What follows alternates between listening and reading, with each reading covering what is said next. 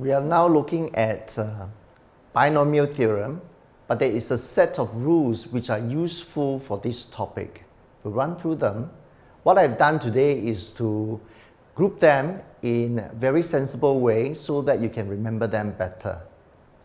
The first one, same basis. Now if you look at this particular term, a to the power of m, a is the base and m is the index. For this first rule, where you have a to the power m times a to the power n, you can see that the integers are different, the bases are the same. So what we do is, now think this way, product, so you will actually add the integers. So a to the power of m plus n. The next case, the only difference you can see between the first one and the second one is in the multiplication and division. Second case, division here, same basis, different integers. Now the emphasis is same basis. So for division, we do the subtraction of the integers. A to the power of m minus n.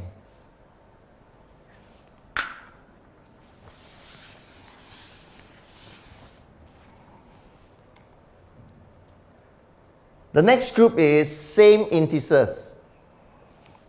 You can see here, the index is n here, the index is n here. So it's a product a to the power of n times b to the power of n. We'll do it like that, have a bracket, contain the product of a and b.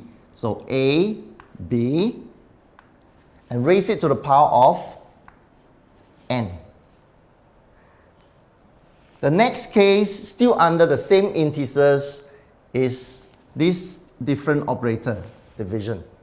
So for now, again we group the a and the b part. A divided by b, and you raise it to the power of n.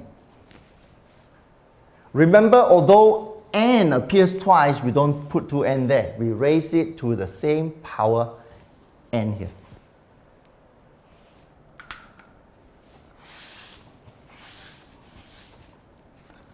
The next group, negative integers. Now a to the power n is in the numerator place. So when we want to change the index to positive index, as is required of GCO level, this is what we do.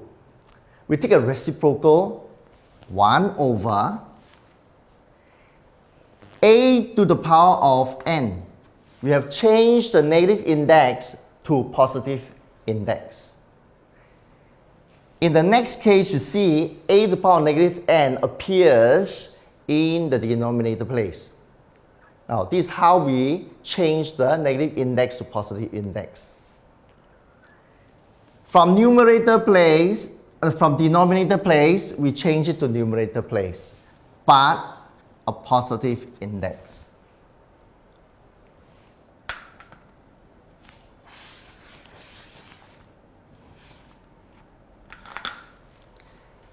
Next is roots. Now you can see square root of a is 1, cube root of a is 1. I give you a general one where you have nth root of a to the power of m. When you see square root, if you want to use integers rule for your calculation or manipulation, this is what you do. You raise a to the power of half. For cube root of a, you raise a to the power of a third. For the next case, now be very mindful. See, the 3 appears outside of the root, that is cube root, and it would be appearing in the denominator of the fraction here. So look at n here, it should be in the denominator place of the fraction. So the whole expression should be a to the power of m over n.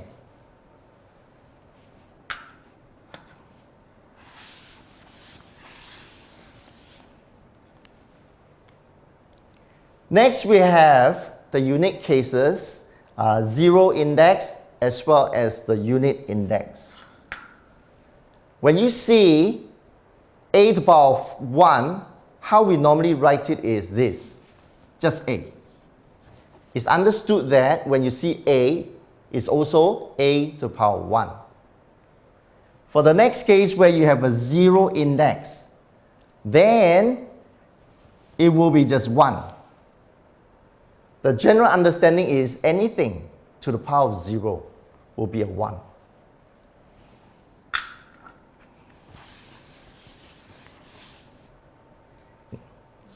The last of the few rules we have on the rules of integers are single base. The arrangement is this. You can see one base here, a, and two integers. And these two integers are separated by a bracket, the bracket here. So how we remember the rules? Write down the base and take the product of the integers, which is m times n. So far, we have gone through a few rules. Let me just try to revise it a little bit. I'll go back up to the front. The first rule, same basis A. You have two cases, multiply, divide. In this case, a to the power of the sum of the integers. In the second case, where you have division, then the base a raised to the power of the difference of m and n. Second group, same integers. The same integers here are n and n on the two items. The rule is this. Product of a and b, bracketed, raised to the power of n. And in this case where you have division, a divided by b, bracket the whole thing, raised to the power of n. Next group, where you have negative integers, well, you take the reciprocal of this item, which is 1 over a to the power of n instead of negative n. This case, you have a to the power of negative n in the denominator place. Your result will be simply in the numerator place a to the power of n. D, we are talking about roots. You have square root of a, so it's a to the power of half. Next, you have cube roots of a, that is a to the power of a third. And in this last case, a general case where you have nth root of a to the power of m, the result is a raised to the power of m over n. Then, zero and unit integers. We write a to the power of 1 normally as just a. And the next case, a to the power of 0 simply is just 1. The last case, single base. Just one base in this expression. And you notice that the integers are separated by brackets. This is how we do it. A to the power of product of the integers, m times n. So we have revised what we have gone through. This is what we'll do. We extend it a little bit, add a little bit of difficulties. Now I hope when we go through the next part, you will identify the part that you are familiar with, that we have gone through so far. I still call it same basis. You can identify this part here. X to the power m times x to the power n. And what's new is a and b. So what we'll do is take the product of a and b. So we write it like that, ab. Then this rule, as you can recall, is just x to the power of because its product here will add the integers, which is m past n. In the next case, division, but the familiar part is this. X to the power m divided by x to the power of n. The extra bit a and a. So a divided by a is just 1.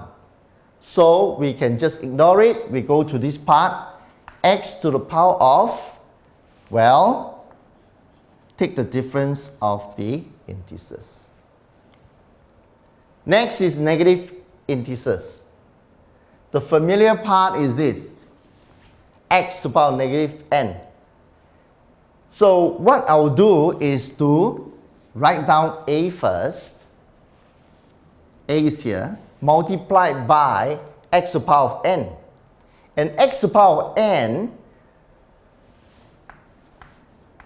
separately here, let me show you. The rule is, if you have a negative index, you change it to positive index. This whole item appears in the numerator place. You take a reciprocal of this, it will become 1 over x to the power of n. Incorporating this result and a, you just have a times 1 over x to the power of n. And this whole item will then be reduced to a over x to the power of n. Next, you can see this portion is a part that you have seen before. What we do is we write down 1 over a. Then the next part, 1 over x to the power of negative n. This item, x to the power of negative n, appears in the denominator place. So, if you want the index to be positive now, you would change it from denominator place to numerator place here, x to the power of n. Combining these two results, you have 1 over a times x to the power of n. Further reduce it to x to the power of n over a. The last part, where we have single base. The familiar part is this. What we have added on is just a constant. This is how we do it. From the rule, we had x to the power of m bracketed raised to the power of n. Single base, your product of the integers written like that, m, n. So m times n. But with this, we have to consider a also will be raised to the power of n. So a to the power of n, then incorporate this result in there, x to the power of m n. Now we have gone through quite a bit today, revise it. These are really useful tools for you to go on to your binomial theorem. That's all for today.